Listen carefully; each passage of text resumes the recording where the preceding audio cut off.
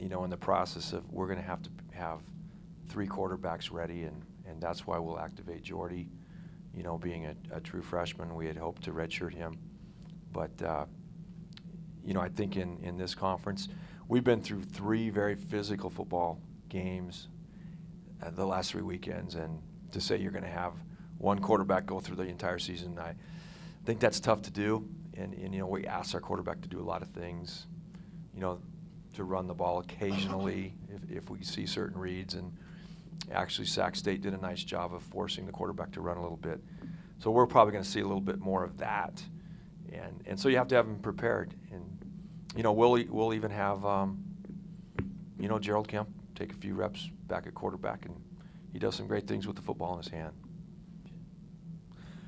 Well, right now it's kind of bittersweet, obviously, because of Andrew's situation, but it's great to have athletes. And I remember a long time ago here, we even put a guy named Mike Guevara back at quarterback, and he was a receiver out of Fresno, California, and he ran the I guess you could call it Grizzly Cat, because it was way before the Wildcat even was in existence.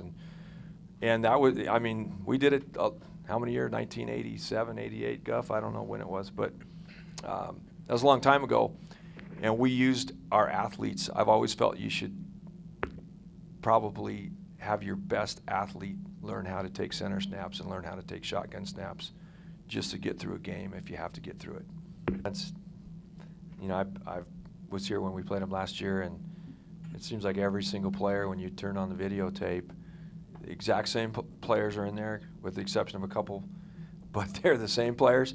They all look bigger, and they all look faster. They all look better. They have a tremendous middle linebacker that also plays defensive end. He's going to be up there in the Walter Payton Award.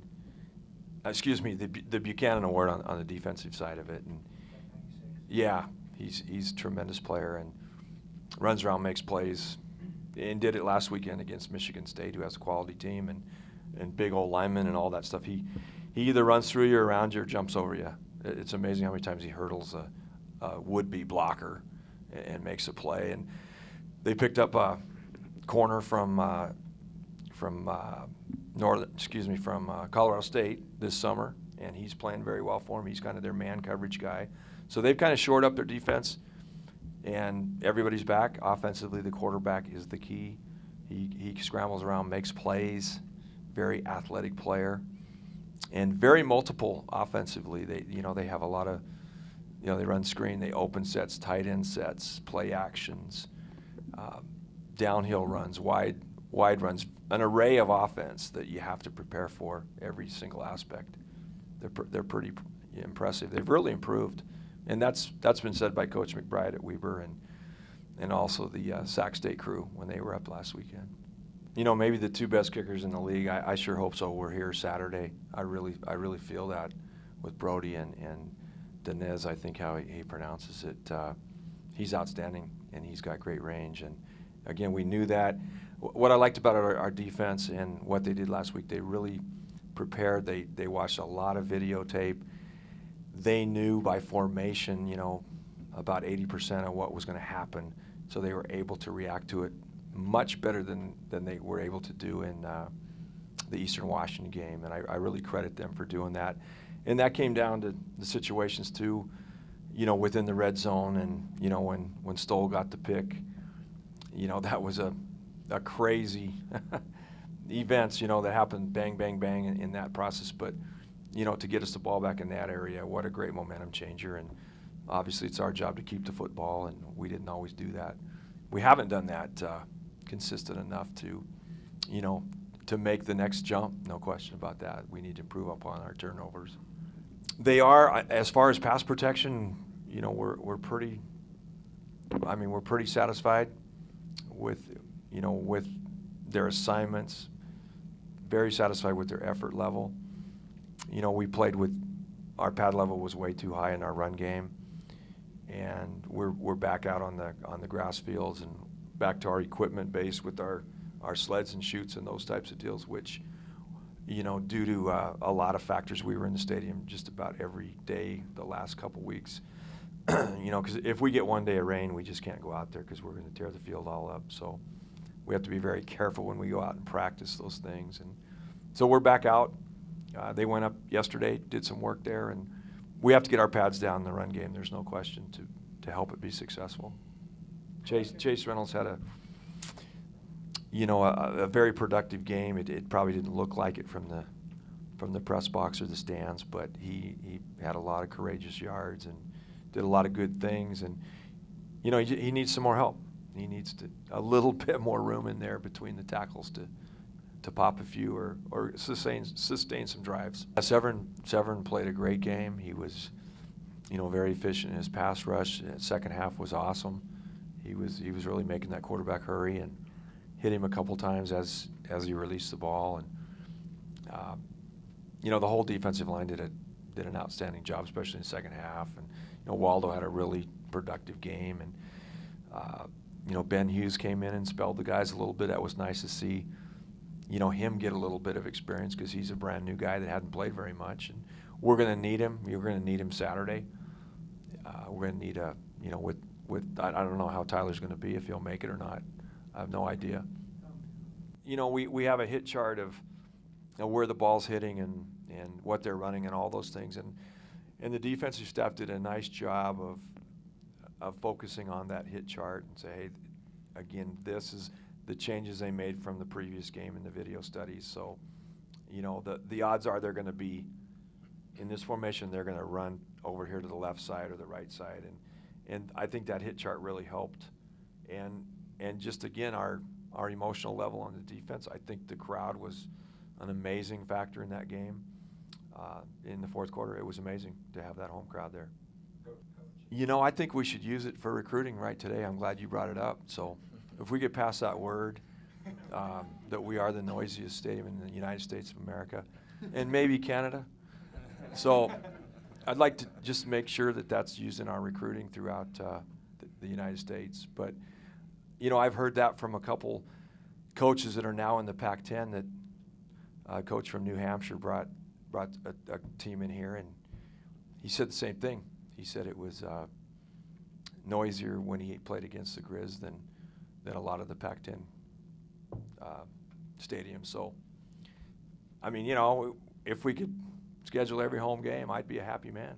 Well, I guess Justin will tell you too, that probably started yesterday's practice. You know, we weren't shy about it. We got after him pretty good on the 2-minute drill even.